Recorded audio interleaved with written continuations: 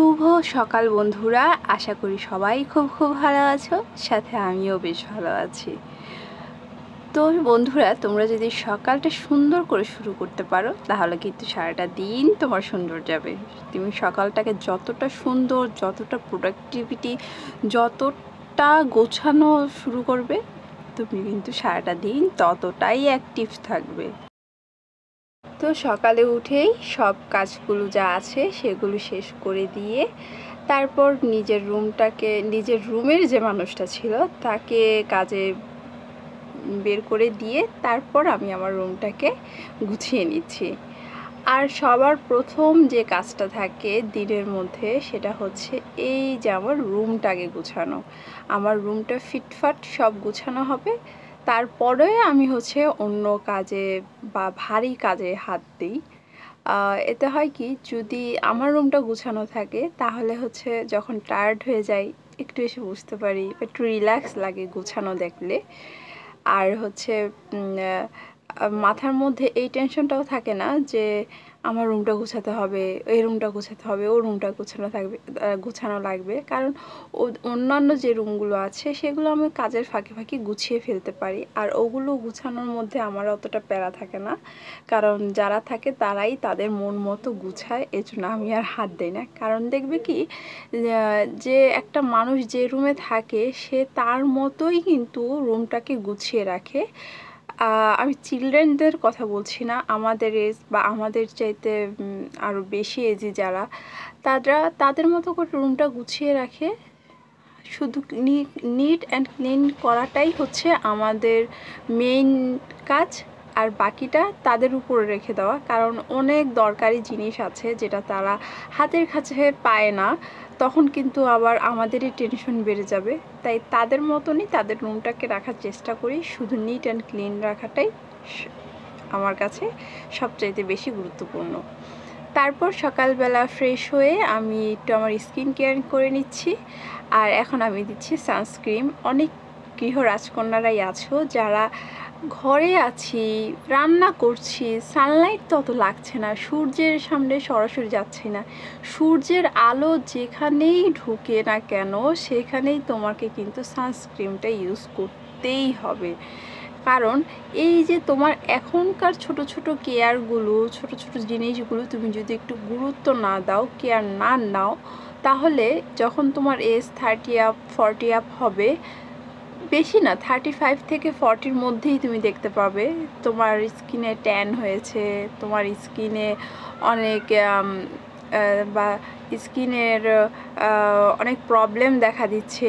তো আগে থেকে যদি আমরা এই কাজগুলোতে একটু সতর্ক থাকি, তাহলে একটু যত্ন নেই, তাহলে কিন্তু এত বড় বড় প্রবলেমে আমাদের পড়তে হবে না। তাই সব গৃহ রাজকন্যাদের বলছি, অন্ততপক্ষে আমরা বাইরে না যাই, রান্না তো করি, এই রান্না করার সময়ও কিন্তু একটু কষ্ট করে হলেও সানস্ক্রিনটা তোমরা লাগিয়ে নিও। তো এখন আমি দুপুরে রান্নায় চলে আসলাম। তো দুপুরে সকালের রান্নার ওই কাজটা খুব তাড়াহুড়ো থাকে, আর সকালে এক একজন এক এক সময় খায়, আর আমাদের খাবারের কোনো শিডিউল থাকে না, কি রান্না হবে, কি করব কি কাজ গুছাবো। এর জন্য একটা এলোমেলো রুটিন থাকে, তাই আমি তোমাদেরকে দেখাই না। কিন্তু যখন একটা ভালো হেলদি রুটিন থাকে তখন অবশ্যই তোমাদের সাথে শেয়ার করি, এবং ইনশাল্লাহ সামনেও শেয়ার করব। তো দুপুরে সবজিটা বসিয়ে দিয়ে আমি এখন চলে যাচ্ছি মশলা পেস্টে। কারণ যেহেতু মশলাগুলো আমার হাতেই রেডি করতে হয়, তো এর জন্য একটু আলাদা সময় লাগে। তাই সব সময় আমি চেষ্টা করি একটা সবজি বা ভাজি বসিয়ে দিয়ে তার ওই কাজটার ফাঁকে এই কাজটা করে ফেলতে। কারণ একসাথে সব গুছিয়ে করতে গেলে না মনে হয় যে আলাদা আলাদা করে টাইমটা ওয়েস্ট হচ্ছে। তো একটা বসিয়ে দিচ্ছি, হয়ে যাচ্ছে, তার মাঝখানে আমি আরেকটার মশলাটা রেডি করে নিচ্ছি, বাস ওটা হয়ে গেলে এটা বসিয়ে দেব, খুব ইজিলি হয়। আর সকালবেলাটা তুমি যতটা সুন্দর করে তুলতে পারবে, তোমার কিন্তু সারাটা দিন ততটা অ্যাক্টিভ, ততটা গুছানো, ততটা কি বলে, প্ল্যানিং করে যদি রাখো তাহলে তো খুব সুন্দর, জবাব ছাড়া খুবই সুন্দর যাবে। তো অন্ততপক্ষে যদি আগের দিন রাতে প্ল্যান না করো, অন্ততপক্ষে সকাল বেলাটাই তুমি প্ল্যান করো যে তুমি সকালে কি করবে। প্রথমে যারা রুটিনে 10টা কাজ লিখেও সাকসেসফুল হতে পারছো না, তারা প্রথমে যে কোনো তোমার মেইন কাজগুলো লিখে সাকসেস হওয়ার চেষ্টা করো। ধরো তুমি 3টা থেকে বা 4টা কাজ লিখলে, সেগুলো হচ্ছে তুমি সাকসেস হলে, তাহলে এই অল্প অল্প সাকসেসগুলো তোমার মধ্যে খুব আত্মবিশ্বাস বাড়িয়ে দিবে। তো বন্ধুরা চলো আজকে তোমাদের সাথে একটা রেসিপি শেয়ার করি। আমি দিয়ে দিলাম পেঁয়াজ কুচি, রসুন কুচি, কাঁচামরিচ, আর হচ্ছে হলুদ গুঁড়ো, শুকনো মরিচের গুঁড়ো, তারপর দিয়ে দিব এই হলুদ আর শুকনো মরিচটা হচ্ছে তোমাদের ঝালের উপর ডিপেন্ড করে, কেমন তোমরা ঝাল খেতে পছন্দ করো সেই রকম তোমরা ঝাল দিতে পারো। তারপর দিলাম হচ্ছে গরম মশলার গুঁড়ো, এই পর্যায়ে দিয়ে দিব হচ্ছে ধনিয়া গুঁড়ো,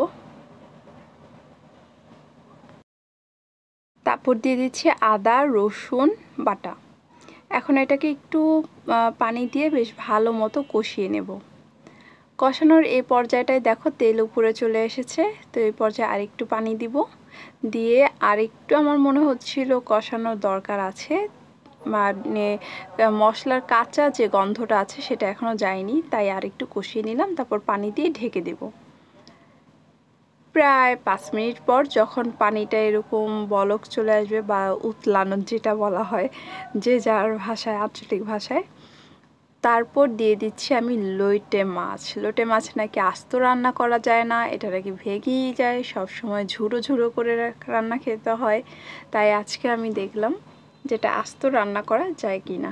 আর এই রেসিপিটা আমি সম্ভবত খেয়েছি, সম্ভবত না সরি, এই রেসিপিটা কিছুদিন আগে যে কুয়াকাটা গিয়েছিলাম সেখানে আমরা খেয়েছিলাম, আমরা নিজেরাই রান্না করেছিলাম, দুর্দান্ত খেতে স্বাদ হয়েছে। আর এখন দিলাম জিরে আর তেজপাতা একসাথে গুঁড়ো করে, সেটা উপর দিয়ে ছড়িয়ে দিলাম। আর এই দেখো ঝোলটা শুকিয়ে হয়ে গেল, দুর্দান্ত টেস্ট, অবশ্যই ট্রাই করবে।